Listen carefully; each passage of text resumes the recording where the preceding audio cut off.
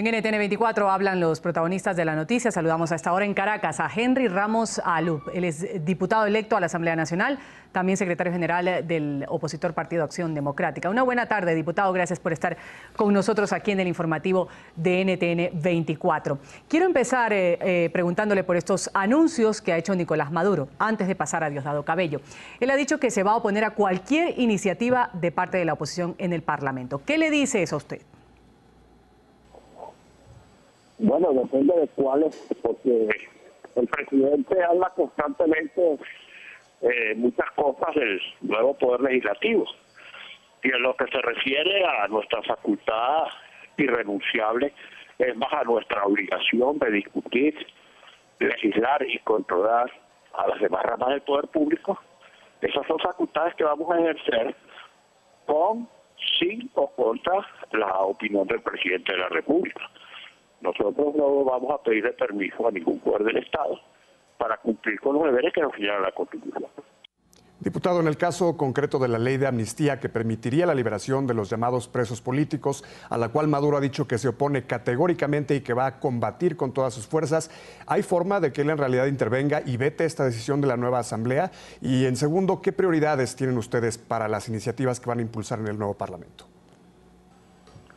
No hay forma porque él simplemente tiene la facultad constitucional de vetar la ley razonadamente, devolverla a la Asamblea, pero si la Asamblea insiste en su promulgación y rechaza las razones del veto presidencial, al presidente no le queda otra alternativa que promulgarla. Pero si no lo hiciera dentro del lapso legal, la Asamblea Nacional tiene la facultad constitucional de promulgar la ley vetada por el presidente. Y lo que dijimos fue que íbamos a aprobar en primer término, después de instalar la Asamblea, introducir el proyecto de ley de amnistía, aprobarlo, sortear este eventual escollo que significaría el veto presidencial, hacer uso de nuestra facultad constitucional y después le daremos cauce a una serie de proyectos en materia de seguridad, en materia económica, cuyo inventario de prioridades estamos realizando todavía en este momento, pero nosotros no estamos hablando de veto al vicepresidente, nada de eso, eso son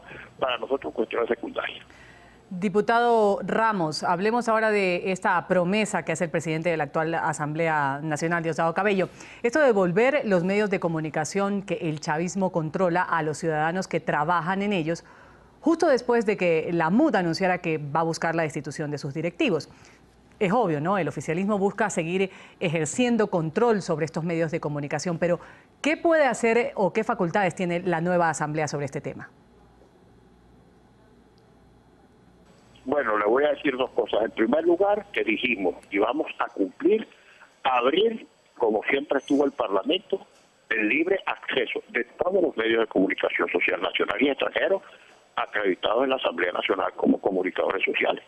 El Parlamento venezolano siempre estuvo abierto para que allí presenciaran los debates de la plenaria, concurrieran a las comisiones, todos los comunicadores sociales, repito, de la prensa nacional y extranjera, escrita y audiovisual, que quisieran concurrir libremente a presenciar estos eventos y a transmitirlos sin censura de ningún tipo. Desde que llegaron ellos acá, primero instalaron allí un canal de televisión que se llama ANTV, que por cierto lo que hace es transmitir pegados de las cadenas del Ejecutivo Nacional, solamente entrevista y promueve a los diputados, parlamentarios y gobernadores y alcaldes del gobierno. Es decir, es un canal más del gobierno, del Poder Ejecutivo. Bueno, como va a cambiar la directiva de la Asamblea Nacional, también va a cambiar la línea informativa de ese canal, porque no puede seguir haciendo lo que está haciendo. Nosotros no nos vamos a quedar ahí presos y atrapados y además incomunicados. Los bienes de ANTV no son bienes de Diosdado Cabello, y él no puede por un simple plumazo regalarle ni transferir eso a nadie. Y bueno, él puede hacer lo que sea. Nosotros por mayoría simple revocamos por contrario imperio una decisión que además constituye una lesión y un delito contemplado en la ley en la ley contra la corrupción, en la ley de preservación del patrimonio público. Así que pueden hacer lo que les dé la gana. Incluso aquí en Venezuela lo decimos con una expresión muy gráfica. Están raspando la olla.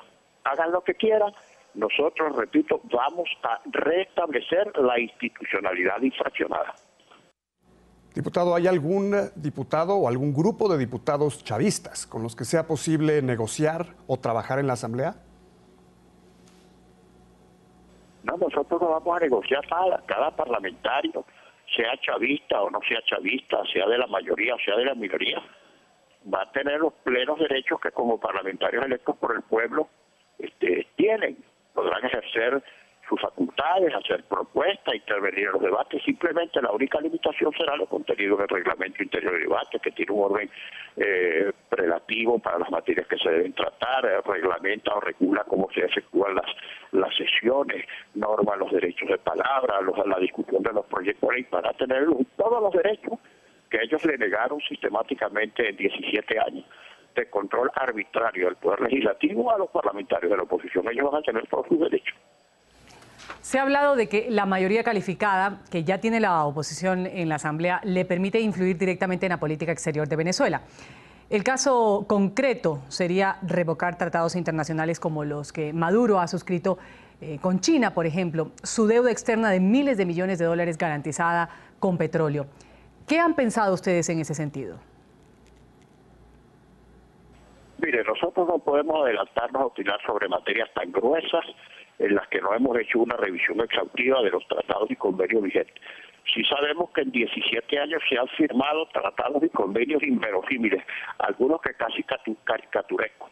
Por una revisión que hemos hecho de algunos de ellos, nos hemos enterado que Venezuela, que es un país caribeño, tiene un convenio con no sé qué Instituto del Ecuador para exploraciones antárticas, imagínense usted.